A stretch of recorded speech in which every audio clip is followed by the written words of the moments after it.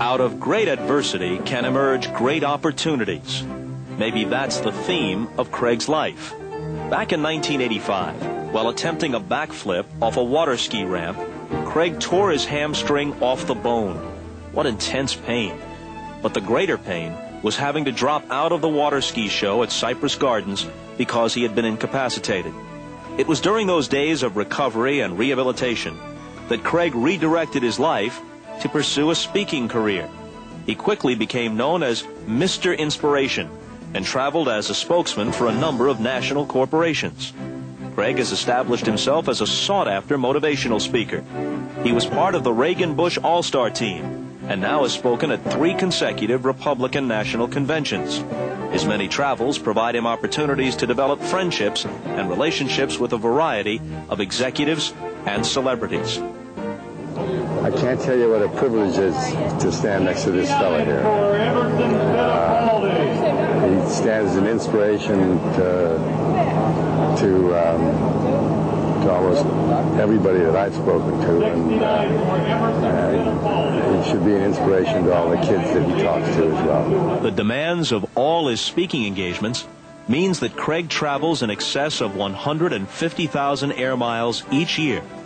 Traveling solo is often lonely.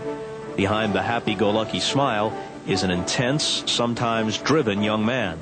Much of that drive comes from a fear of failure, just as when Craig was back at the School for the Blind, hoping to make it in the sighted world, he has that same drive today. For the last 10 years, Craig has spoken to over 150 high schools annually.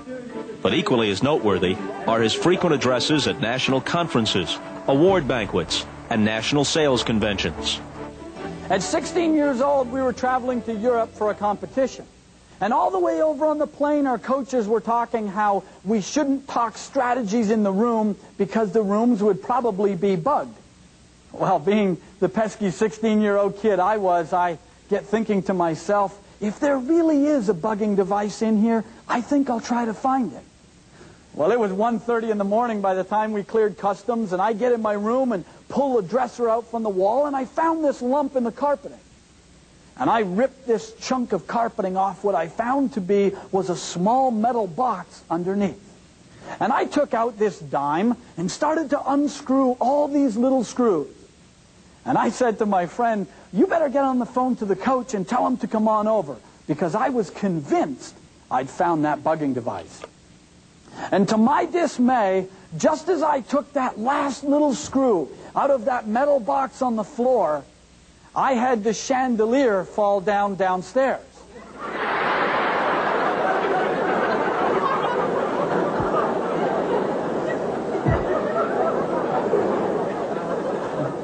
Now I don't think that was the worst part of it, but I had a German couple on their honeymoon in the room below me.